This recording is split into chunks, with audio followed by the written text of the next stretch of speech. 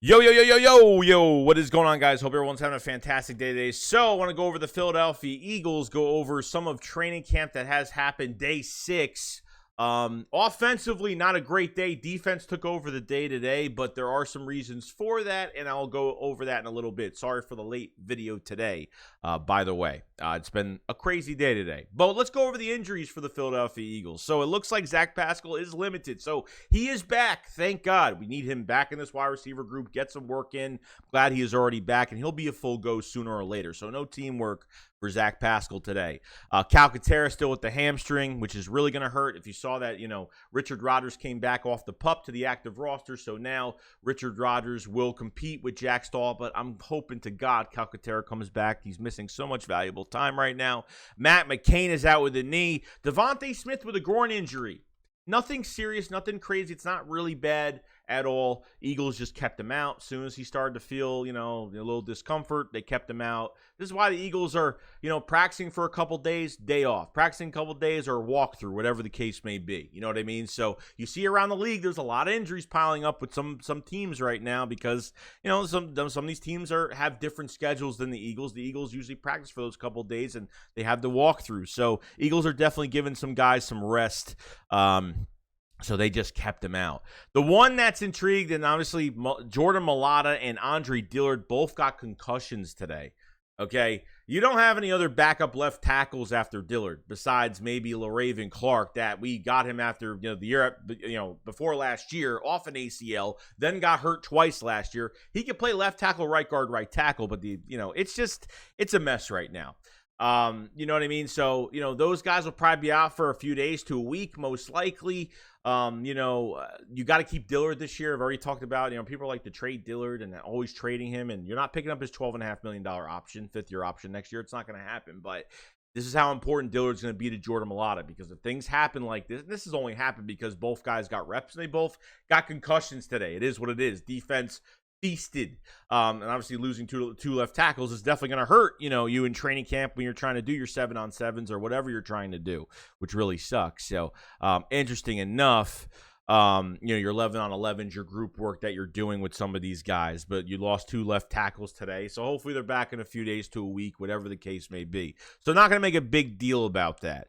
Offensively, Jalen Hurts, I think, him and A.J. Brown had some really good chemistry today and, threw some darts to A.J. Brown. I think 1 slant pass for a touchdown. I think he threw 2 touchdowns. I'm not really sure. I read some different reports, so I don't know which one is true about A.J. Brown, but he threw some really good passes. The chemistry, we're kind of, some fans were worried from OTAs, they're not connecting too well with each other and the chemistry's not there. And I think just as the days go on, it's just going to get better. A.J. Brown looks great. Jalen Hurts' throwing motion, he looks fantastic, which is great as well.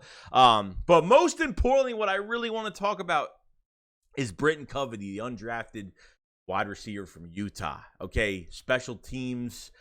He got the most reps on punt returns out of Gainwell, Rager, and Watkins. Britton Covey got the most reps, which I'm really happy about. And look, I'm not even worried about him getting into this offense, being that Tavon Austin type gadget receiver, if they could put him there, if that's what they want to do. But for right now, let's see what he could do on special teams, okay? He beat Josiah Scott for a touchdown. This was thrown by Reed Sinnott. Gainwell actually had a couple good runs today in the offense, but I got to say, Covey is definitely one of my favorites. And I told you before training camp started that Britton Covey is definitely one of my favorites coming into that, because look, our third part of the game is special teams. I know it's not exciting for some people, but guys, we haven't had good special teams since 2015. It's been that long. It's been really a long time.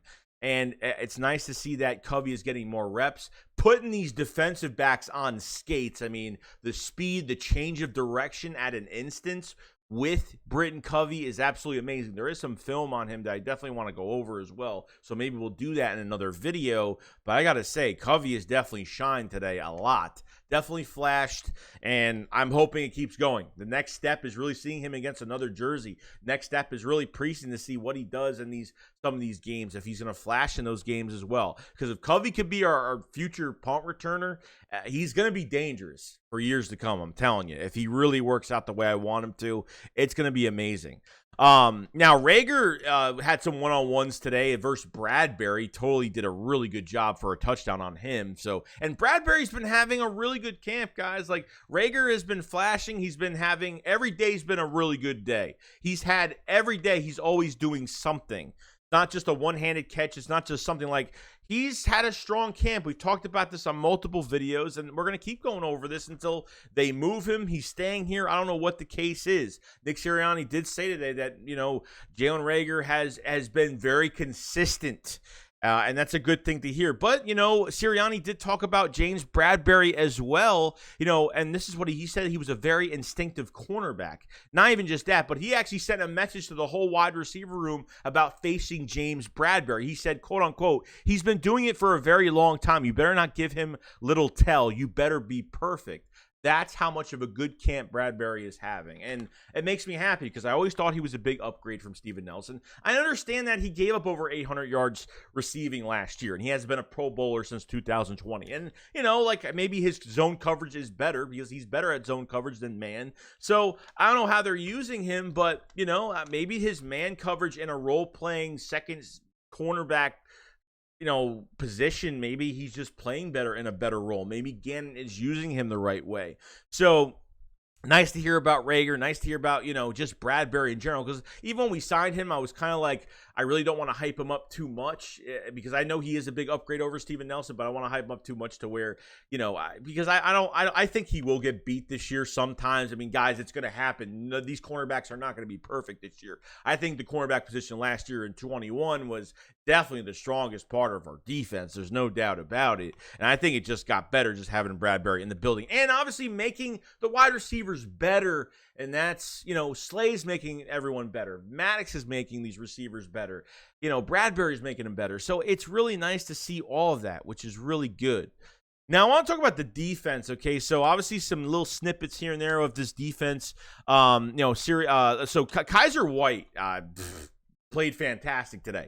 They even, trying to, Miles Sanders was running to the left side, trying to go up the sideline to make that turn to go upfield, and Kyzir White kind of cut him off before he can go upfield and made a really good stop. I mean, I've heard nothing but great things about this whole linebacker core. I mean, night and day, it has changed. Before free agency till now, it's night and day. Nakobe Dean's playing well. I mean, TJ Edwards is playing fantastic. I mean, it's been pretty good. Davion Taylor is probably the one I haven't heard a lot from, very little from, but I got to say the competition is just getting better and better each day. Even, they've been talking about Sean Bradley as well, and Bradley is a good special teamer, and he's a very good serviceable, I mean, that could be your fifth linebacker, I think, if I'm counting correctly, to be a serviceable backup for your team, if that's the case, because he has starting experience, he plays good special teams. This linebacker core is being talked about a lot at camp, and it's a really good thing. Jordan Davis, one-on-one versus Jason Kelce. And this is when they did, I think, the 11-on-11 group, I think, when they were doing this. So I guess there were beat writers that were looking at a lot of one-on-ones today.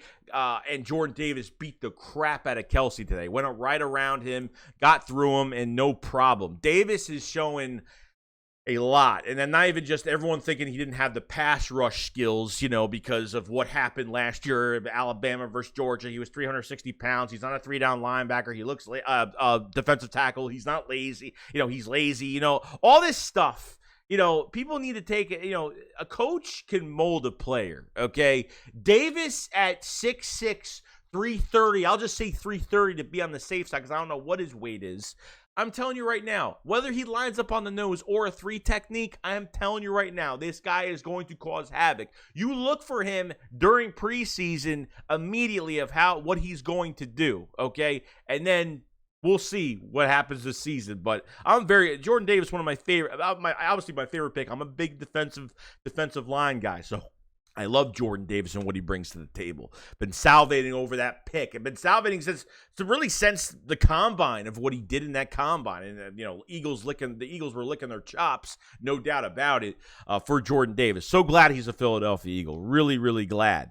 You had Brandon Graham versus Jack Driscoll as well. And, Graham Graham and what they've said about Graham during this camp is he goes all out. I'm not saying that every player doesn't go all out, but Graham gives you like 100, 200%. in training camp practice every single day. Totally destroyed Driscoll today. And then Milton Williams had a couple good one-on-one reps as well, and he's going to his second year and being next to Jordan Davis. And look, if Fletch starts playing bad or he's getting single blocked and, you know, maybe Graham being healthy and getting that pressure is not going to do enough for Fletch to really be productive this year, maybe Fletch moves back into that second rotation next to Milton Williams and Jordan Davis gets the start next to Javon Hargrave or something. I've always had that thing like where if Cox ends up not playing well or he's just getting blocked and it just seems like I'm not getting enough from him, maybe they make a move like that. But I'm going to hold back for now because I'm excited for Fletcher Cox. Obviously, he's going to be his last year going in Philadelphia. Defensive tackle room looks really good. Defensive ends look really good. Not much on Barnett. I mean, I haven't heard much on Barnett besides the penalty during practice and stuff like that. But I'm really excited for, you know, Milton Williams going to his second year. It's going to be really exciting with Graham coming off injury at 32 years old, off an Achilles, and he looks really good right now. So don't expect some of these guys to play in preseason. Graham is definitely not going to play for 3 weeks, so we can already say that. But really taking everything today, highlights of the day, really. A.J. Brown looked really good. Some really good balls from Jalen Hurts today.